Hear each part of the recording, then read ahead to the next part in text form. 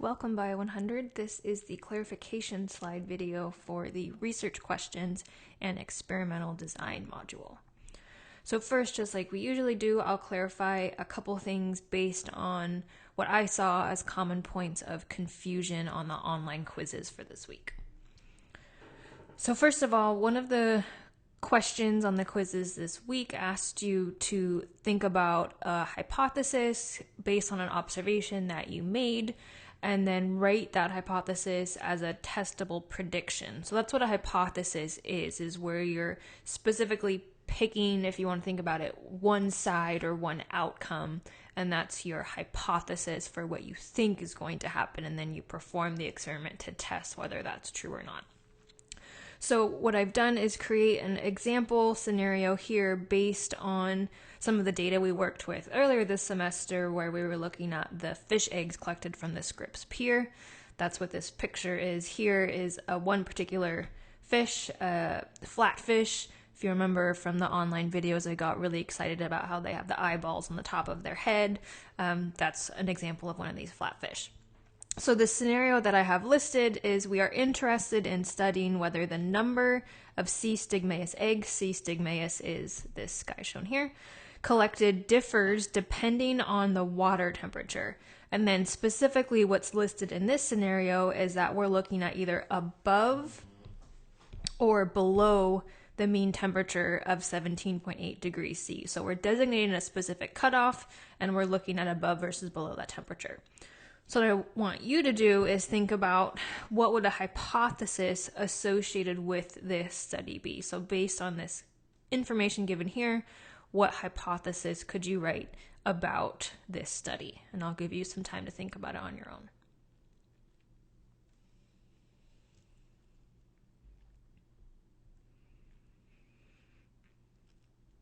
Okay, if you still need some time, go ahead and pause the video until you're ready, but I'll go ahead and move to the next slide now. So one hypothesis could be, I hypothesize that more C. stigmaeus eggs will be collected when the water temperature is below the mean. So that could be based on, again, if you think back to earlier modules, we talked about if the winter water temperature is warmer, there will be a lower number of eggs collected in that following spring and summer. So that's what a hypothesis is you're specifically predicting one scenario versus the other. So in this case, we're saying we think that more eggs will be collected when the water temperature is below the mean. And another one of the quizzes that you had based on this overall scenario of making an observation about things that are going on around you, coming up with a research question, and then figuring out how to test that question and test the hypothesis that you came up with, is identifying the different variables in that study and which one would be independent versus dependent, and whether they are categorical or continuous. So again, we'll work with this same scenario that we just were introduced to, and I'm going to tweak it a little bit as we move through to illustrate a couple points. But first of all, we're going to start with the same scenario. You're interested in studying whether the number of C. stigmaeus eggs collected differs depending on the water temperature. And again, we're designating above versus below that mean temperature.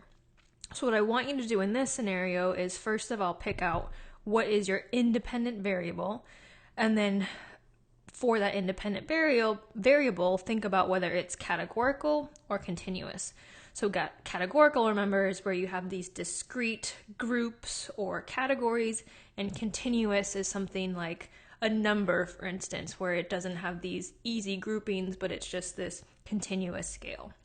So identify first your independent variable, and secondly, independent, your dependent variable. So that's the particular thing that you're measuring in this study. Again, think about whether that is categorical or continuous. And then lastly, what I want you to think about is if you were actually to collect this data, then what statistical test would you use to analyze that data? Again, this is just like what we did in the online quizzes this week, but this is a slightly different scenario. So I'll give you some time to think about this on your own.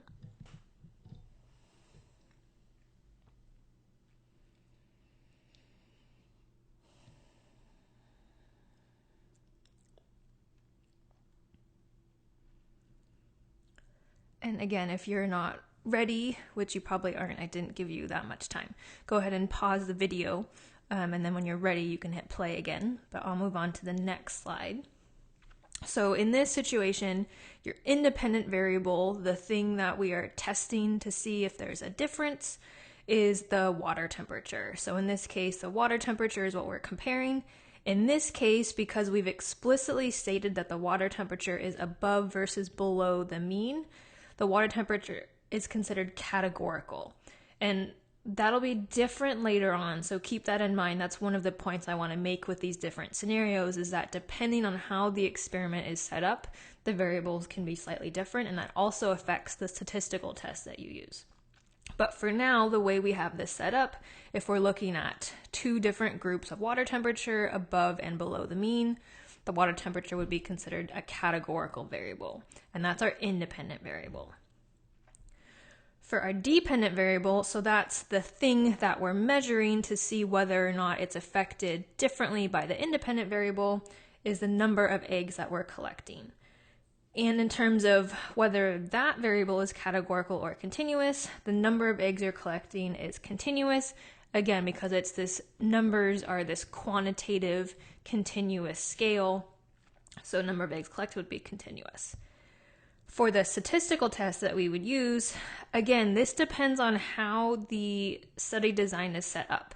So when you're trying to figure out what statistical test to use, what you really want to look at first is your independent variable and how that's grouped, or whether you have that grouped at all.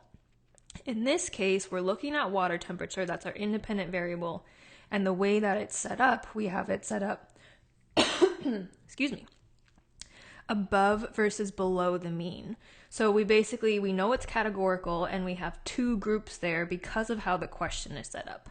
So if we're comparing two different groups and our dependent variable is continuous, the statistical test to analyze that type of data would be a t-test, where again we're comparing two groups. Those two groups come from our independent variable of water temperature that's divided into above and below that mean temperature. So here we have a second scenario that's slightly different. So here we're still collecting eggs, and we want to see how that's affected by water temperature, but the difference here is how we're grouping the water temperature.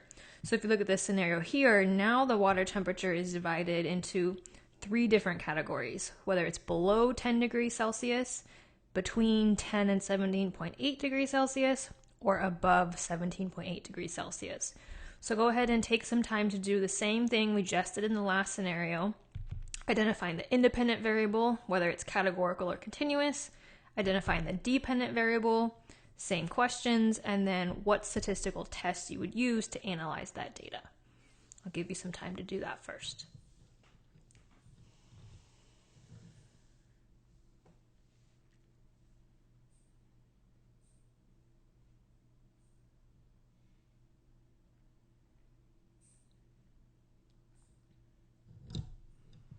If you need more time, go ahead and pause the video.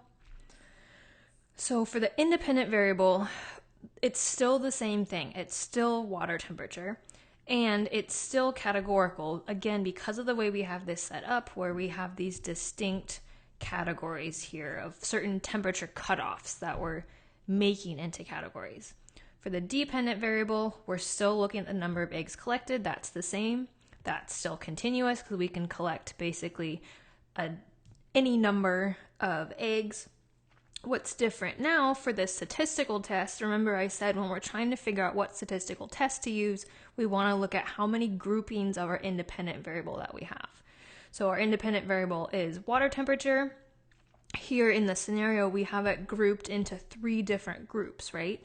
So what type of test would we use if we want to compare three or more different groups? Right, that would be the ANOVA. And specifically, it would be a one-way ANOVA because we're only looking at one variable. If we wanted to look at how both water temperature and, light level or pH level were affecting the number of eggs collected, we would do a two-way ANOVA if we were looking at two different variables. But here, because we're just looking at how water temperature affects the number of eggs collected, we would do a one-way ANOVA. Again, it's an ANOVA because we're comparing 3 groups of our independent variable. Those 3 groups are indicated here. 1, 2, 3.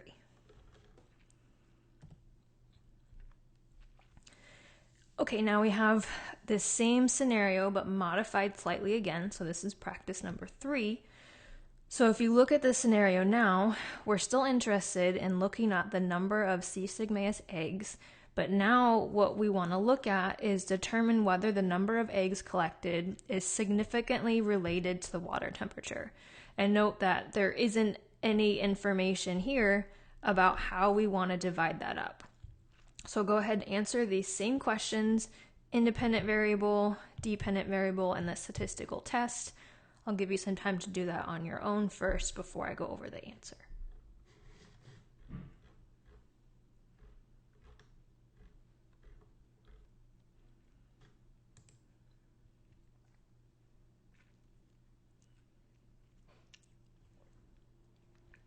Okay, if you're not ready, go ahead and pause, but I will continue to the next slide. So just like we've been looking at before, water temperature continues to be the independent variable. But the difference now is that the way that this scenario is set up, water temperature is now considered a continuous variable. And that's because, like I said before, we don't have any of this information about discrete categories for how we want to group our water temperatures. So instead, because water temperature is numeric, if it's not specified that you're grouping these temperatures into designated bins, then water temperature in this scenario would be a continuous quantitative variable. For a dependent variable, it's still going to be the number of eggs collected. It's still going to be continuous. Because now we're looking at 2 continuous variables, I'm not sure if that's spelled right, but hopefully you know what I mean. 2 continuous variables, that's going to be a different statistical test than we did before.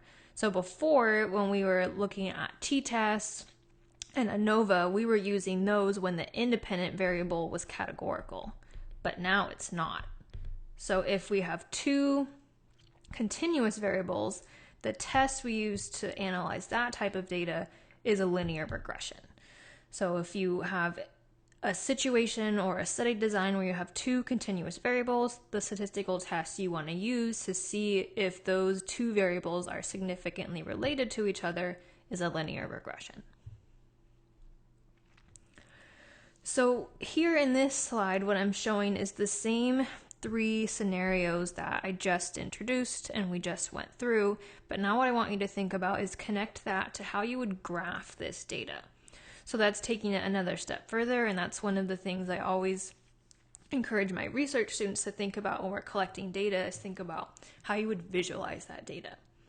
So for each of these 3 scenarios we just went through, what I'd like you to do, please, is go ahead and think about and actually draw it out, label your axes, how you would graph the data that you would obtain from each of these 3 scenarios. You can make up the data. It doesn't matter exactly how you're showing the data itself, but what's important is what I want you to think about is how you would visualize it in terms of axes, whether it would be a bar graph or whether it would be a scatter plot.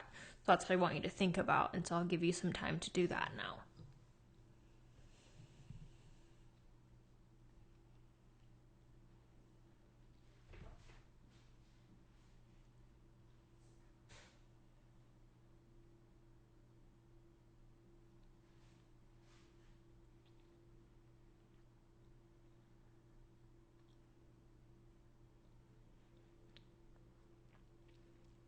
Okay, again, probably not enough time for you to work through all of that, but hopefully, if you're not ready yet, just go ahead and pause.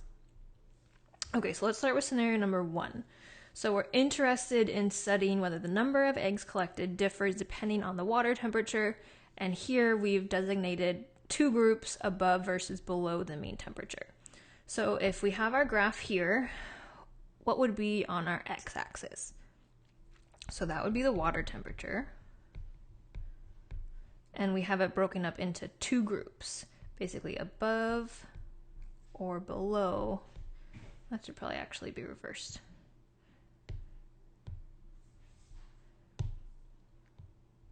Below or above that mean. And then what would be on our y-axis? That would be our dependent variable, which here is the number of eggs collected. And so this would be a bar graph situation where we might have some number of eggs here, some number of eggs here. So that's how you would graph that type of data. What about for scenario 2? So here we're again looking at the number of eggs collected, but we're looking at 3 different groupings of water temperature. So if we wanted to graph that type of data, what would be on our x-axis? Right, still water temperature. But now we have 3 different groups. So in this case, if we're still doing a bar graph, and how many bars would we have?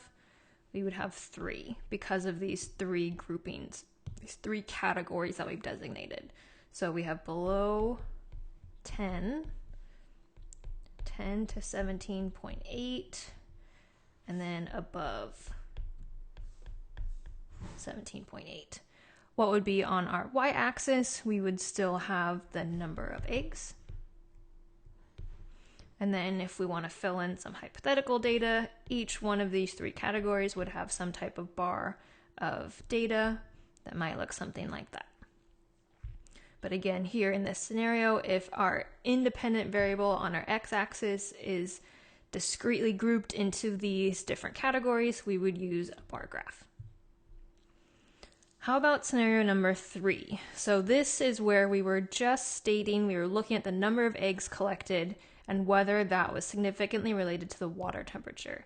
And this is where we didn't designate categories for the water temperature. And so in that case, what you would want to draw, if you're, for instance, using a linear regression on a particular type of data, the graph you want to use to visualize that data is a scatter plot. My dog just groaned. Apparently he's not impressed with this video. Okay, so if we have water temperature here, number of eggs collected, instead of bars like we had before, a scatter plot is where we have basically different points and then we have a line. We can do our linear regression to obtain that trend line, right?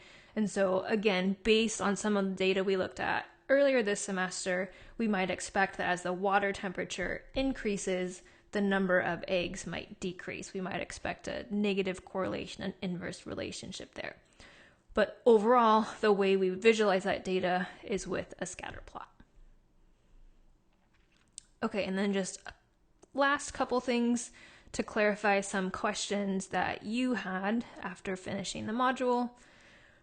One of you asked about how to translate, similar to what we just went through, a research question to a data graph. So if we want to use the example that Dr. Vizker went through in the online module with the bees or the wasps and the salami.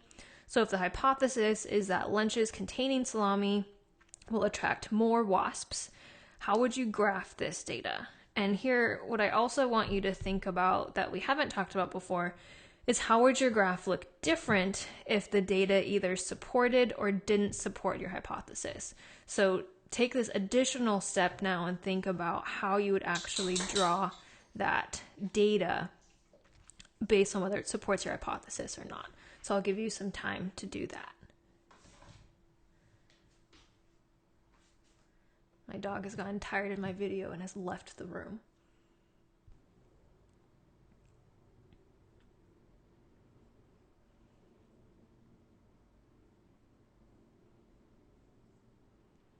Okay, if you need more time, go ahead and pause, but I'm going to move to the next slide. So again, a hypothesis is that the amount of salami will affect the number of wasps attracted to each lunch. And for this, in terms of how you would graph the data, I've left this ambiguous on purpose. And because I wanted to illustrate, just like we went through before with those different examples, it depends how you categorize that independent variable, right? It depends how you break up that amount of salami. we can either break it up into categories of high or low salami, or we could make it continuous where we're just counting the grams of salami as a number. So it depends how you set that up. If we were to put it into categories, that's where we would have a bar graph. If we were to put it as continuous, and if we also had the number of wasps as continuous variable, then that would be presented as a scatter plot. And if we're thinking about it, so our hypothesis is that the number of wasps we see is going to be different depending on the amount of salami in lunches. So if our data supported the hypothesis, if we were to do a scatter plot, if amount salami, number wasp, and note that this hypothesis doesn't specify whether higher salami will be higher wasps or vice versa. It's just saying that the amount of salami is going to affect the number of wasps. So here, for a scatter plot to support our data, the pattern could be any which way. It could be a positive correlation or could be a negative correlation. Either way, that would support the hypothesis that there are different number of wasps with different amounts of salami. For our bar graph, if we have high salami, low, so that's our amount salami, and number wasp. So if the amount of salami does affect the number of wasps, again, we might see something where we have high amounts of salami, we have high number of wasps, low salami, low number of wasps. So that is how our graphs might look if the data supported our hypothesis. If it didn't support our hypothesis, so let's do this. So if it didn't support our hypothesis, so now I'll use blue for not supporting. If we move to the next slide, amount salami, number of wasps, and this is not supporting a hypothesis, we might see something like this, where our trend line is flat, and basically this would indicate there's no relationship between the amount of salami that's present and the number of wasps. That number of wasps stays constant no matter what. Or in a bar graph scenario, if we have amount salami, number of wasps, high and low, we might see something similar where we see the same number of wasps no matter how much salami we have. So that again would be not supporting our hypothesis because the amount of salami would not affect the number of wasps. So hopefully after doing the online module and watching this video, you have a little bit better understanding of how you would take something through from making an observation like you did, thinking about the variables, how you would test the hypothesis, how you would obtain data, and how you would graph it. And hopefully you can use that information in some of your other classes in the future.